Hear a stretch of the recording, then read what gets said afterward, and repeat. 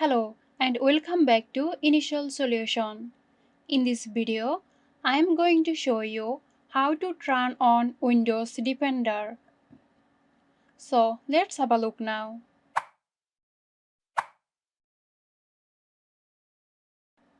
Click the Windows button and click on Settings.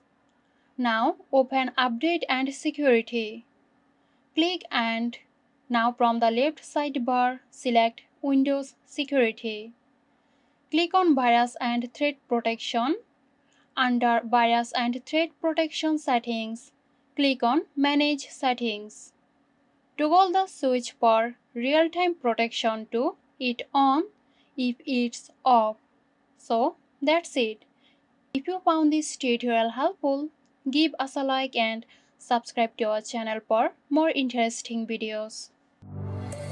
This video is sponsored by Xirosoft. Xirosoft offers graphic design, UI UX design, digital marketing and web development. Elevate your brand with Xirosoft today. For more details, check the description box.